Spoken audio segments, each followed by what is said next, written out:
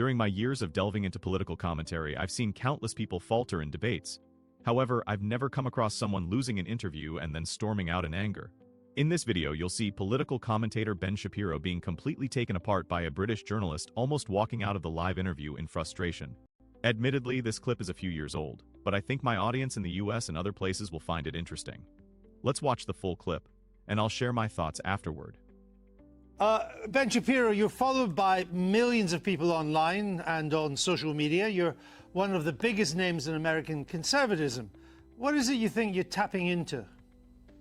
Well, I think that there are a couple of things. One, there is actually a hunger for different ideas. The monolithic nature of the United States media is pretty evident in terms of its politics. People tend to agree on essentially the liberal point of view and increasingly a radical leftist point of view in the media.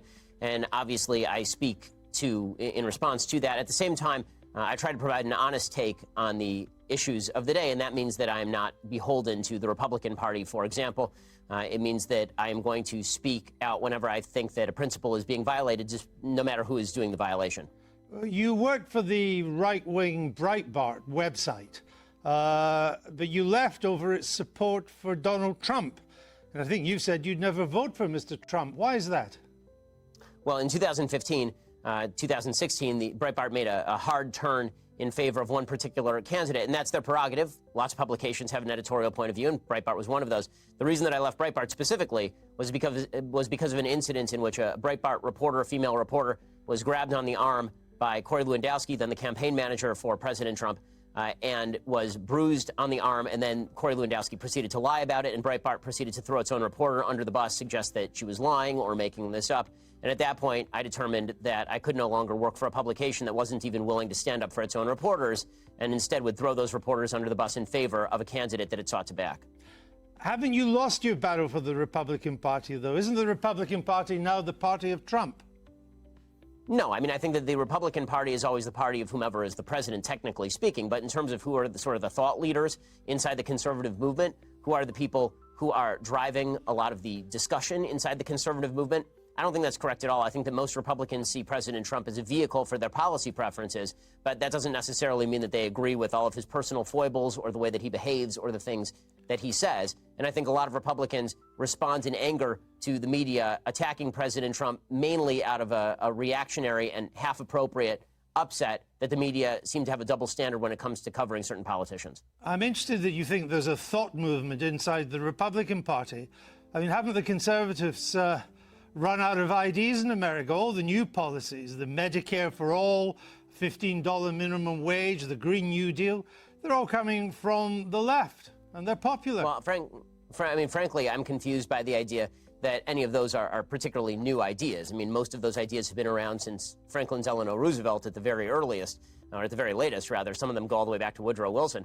But the idea that new ideas are absent in the Republican Party is obviously untrue. We have a very strong debate that goes on inside sort of the conservative halls of intelligentsia about what is the appropriate action to take with regard to the medical system.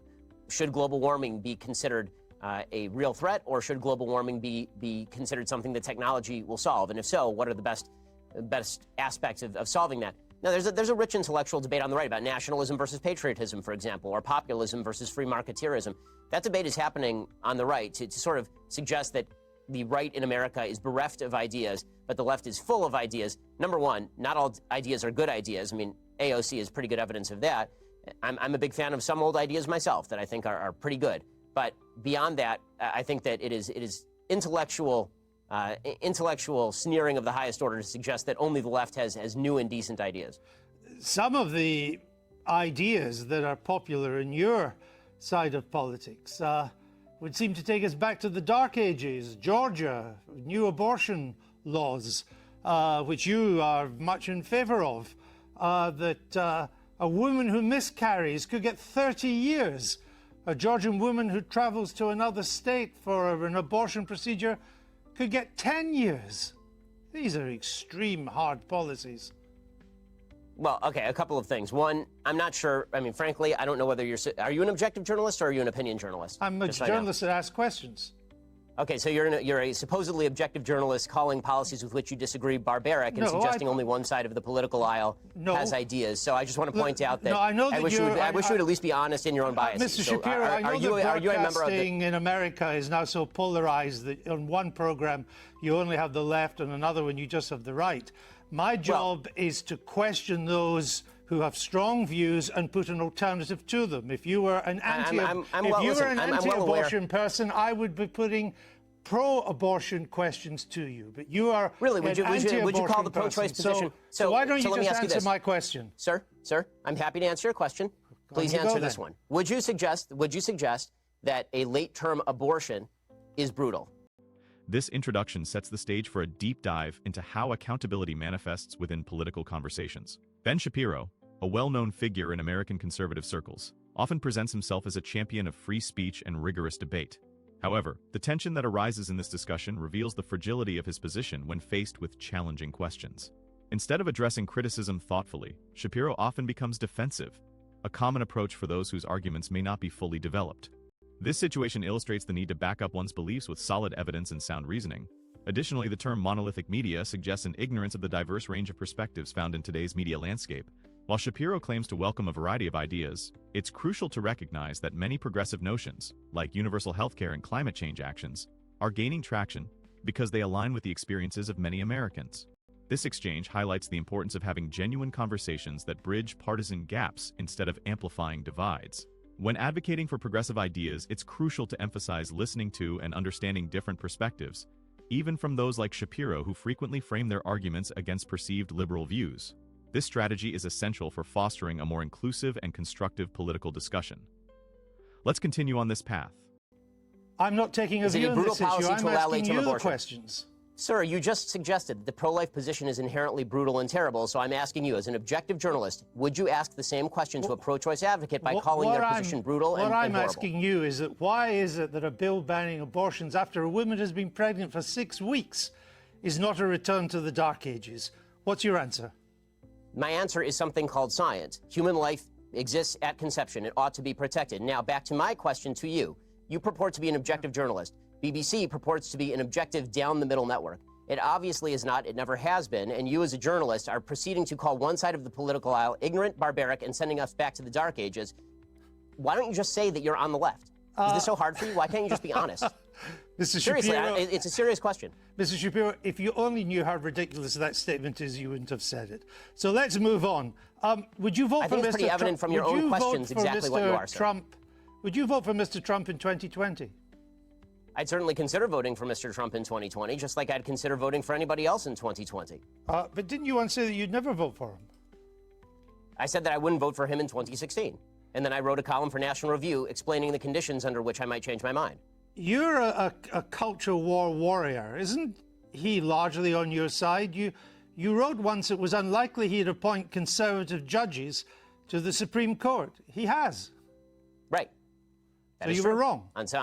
I like many of President Trump's policies, even if I still have serious reservations about his personality and character. Do you think there's a Democrat that could beat him in 2020? Sure, I think there are several Democrats who could beat him in 2020. Who would have the best chance? I think that Joe Biden is likeliest to beat him, considering that he has significant appeal in a lot of the Rust Belt, in places like Pennsylvania, Michigan, Wisconsin, the places that President Trump needs to win to retain the presidency. And Joe Biden also has a long history in politics, which means that the American people already have sort of a preconceived vision of him. President Trump, as a campaigner, is very good at dragging unknowns through the mud, or at exposing details about people that are previously sort of covered up. But when it comes to Joe Biden, he's been well exposed for a very long time. Most people know him, and he's not nearly as unpopular even going in as Hillary Clinton was in 2016. So if it was a close race between Mr. Biden and Mr. Trump, you would, from what you say, I think, probably go for Mr. Trump. Yes, I would vote for Mr. Trump if it were a race between Biden and Trump, because I think that the damage that President Trump has done to the country on a character and rhetorical level has already been done and cannot be undone. I don't see it as getting worse day by day. That is the new status quo, unfortunately. Now the question becomes which policies I would most like to see enacted, and Trump's policy preferences are closer to my own than Joe Biden's are. Now, you're a star of new media, of conservative new media. You and others on the left and the right, you position yourselves as supposed tellers of hard truths. But haven't you all just really coarsened public discourse in America and exacerbated its divisions? You know, it's kind of odd to be hearing about me coarsening public discourse when you call policies you disagree with brutal and bringing us back to the Dark Ages, sir. The point, I don't want to return to it, but the point was to put a position for you to reply to it. And I thought we'd covered that. I think some of the points too, because on your videos, characterization of issues is part of the problem in the coarsening of public debate. Well, maybe it's also part of your problem too, because we have from your YouTube videos, Ben Shapiro destroys the abortion argument. Ben Shapiro destroys transgenderism and abortion. Is that not a kind of coarse public discourse? Well, are those videos labeled by me? I have no idea. But why are you picking out? Why are you? I have a question. Why are you picking out random YouTube videos put up by people who are not me? Are you and then attributing the titles to me? Are you unhappy with the way they've been described? I think that people can describe me however they please. It's a free country, and I'm all in favor of a public debate. If you watch the actual clips, they are generally civil conversations between me and somebody who disagrees with me. You say in your new book, you suggest that America's largest struggle at the moment is, quote, the struggle for our national soul. We are so angry at each other right now. And I think that's true. I've just returned from the United States. But aren't you part of the problem with the way you go about your discourse, not the solution? I think we can all do better in our discourse, but the fact that I've reached out to so many people across the aisle to have conversations with them is pretty evident.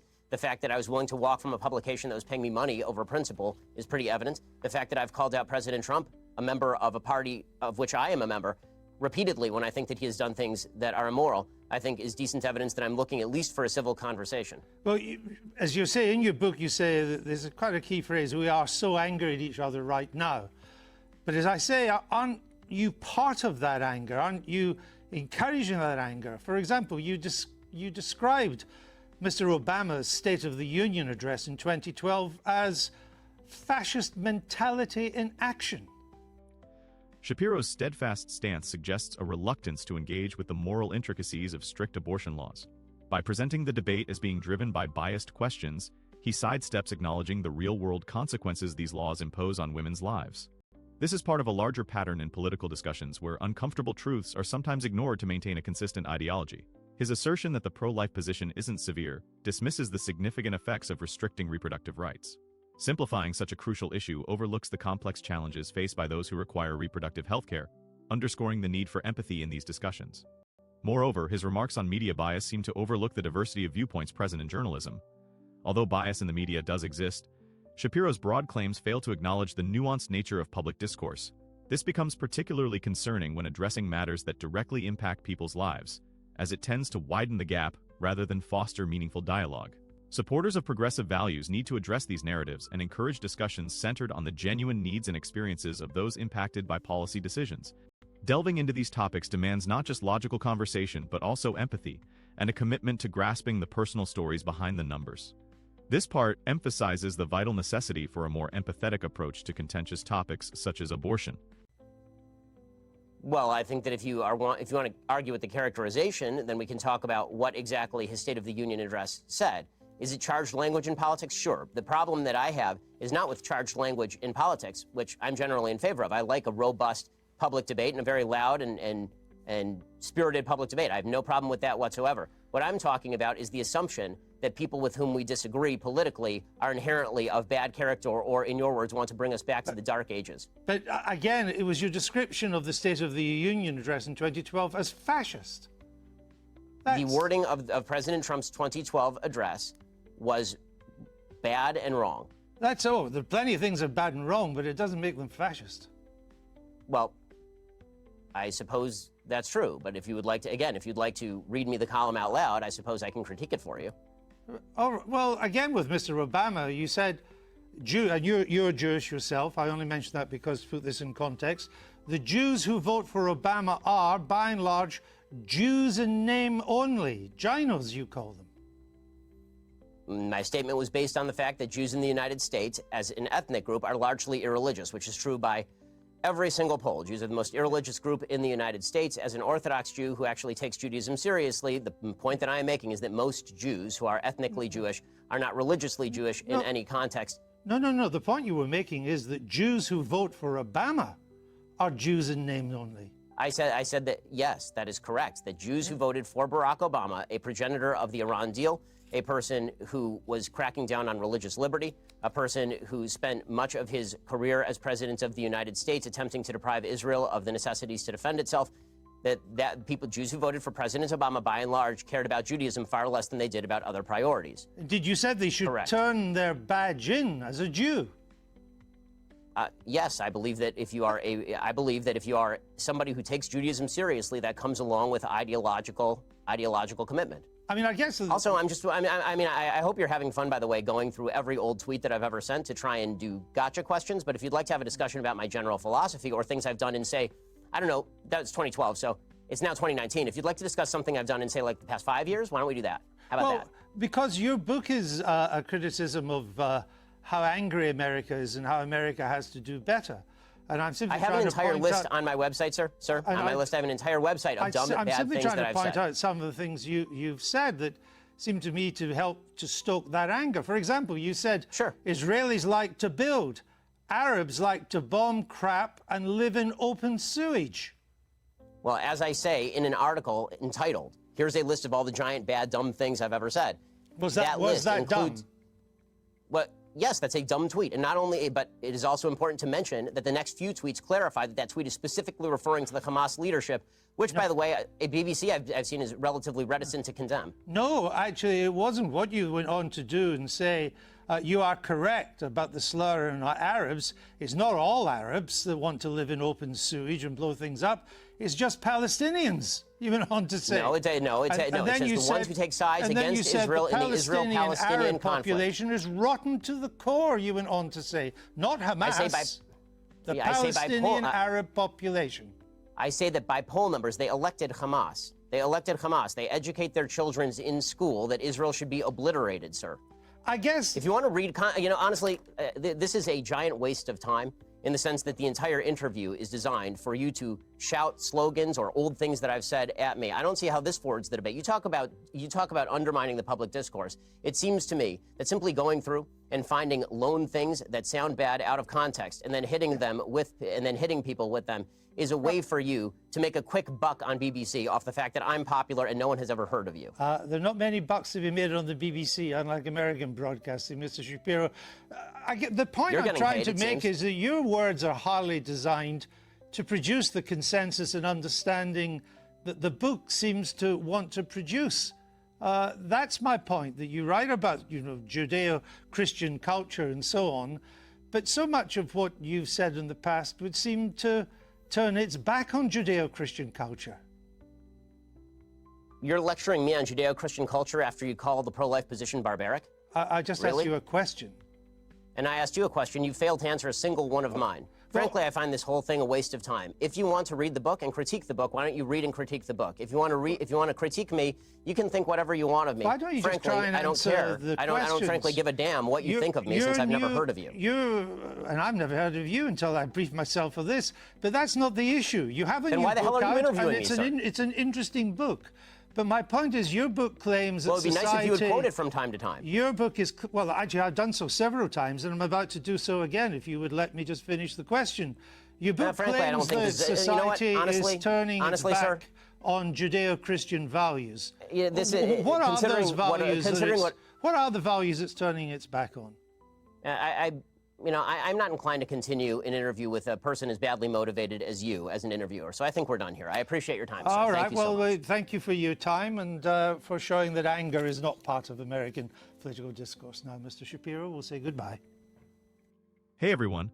I just want to start by saying sorry for whatever showed up on the screen around the 6-minute mark in the video. My bad. But honestly, there's not much else to add. I assume you all watched it, right? We all know Ben Shapiro's been a bit of a laughingstock for a while now. When faced with a real challenge, he folded like a wet towel. Not much more to say on that. I'd love to hear your thoughts in the comments, though. Have you seen this clip before? If it's new to you, I'd love to know your take. It's from 2019, so it's a tad old, but it's a classic example of how Andrew Neil from the BBC totally owned Ben Shapiro in that UK interview. Oh, and if you haven't already joined our little community, hit that subscribe button. I'd be thrilled to have you with us. While you're at it, give that thumbs up a click to help us with the YouTube algorithm's mysterious ways. Let's make sure as many people as possible see this. And don't forget to hit the bell icon to get updates whenever we release something new. Thanks a bunch, and I'll see you in the next video.